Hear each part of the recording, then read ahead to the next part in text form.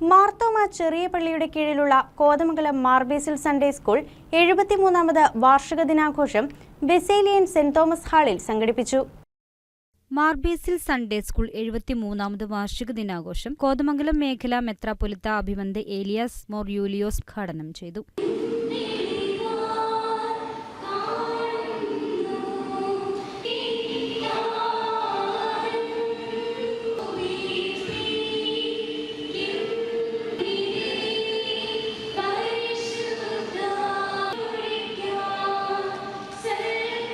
എനിക്ക് ദൈവത്തിൻ്റെ ഒരു വലിയ കരവലയത്തിലാണെങ്കിൽ ഞാൻ സുരക്ഷിതനാണ്.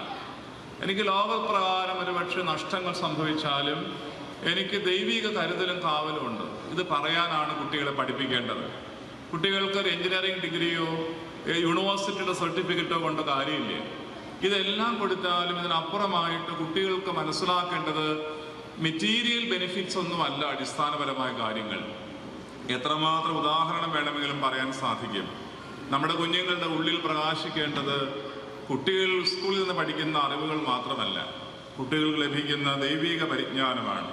ആ ദിവ്യപ്രകാശം കൊണ്ട് ഈ കുട്ടികളെല്ലാവരും പ്രകാശിക്കട്ടെ എന്ന് ആത്മാർത്ഥമായി പ്രാർത്ഥിക്കുന്നു.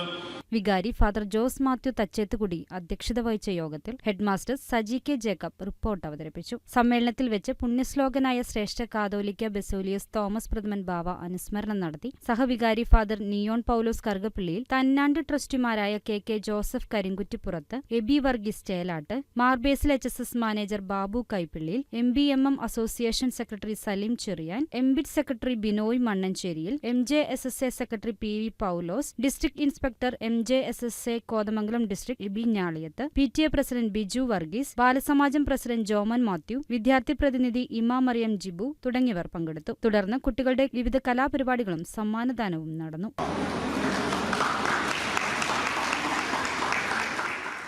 News desk KCV news.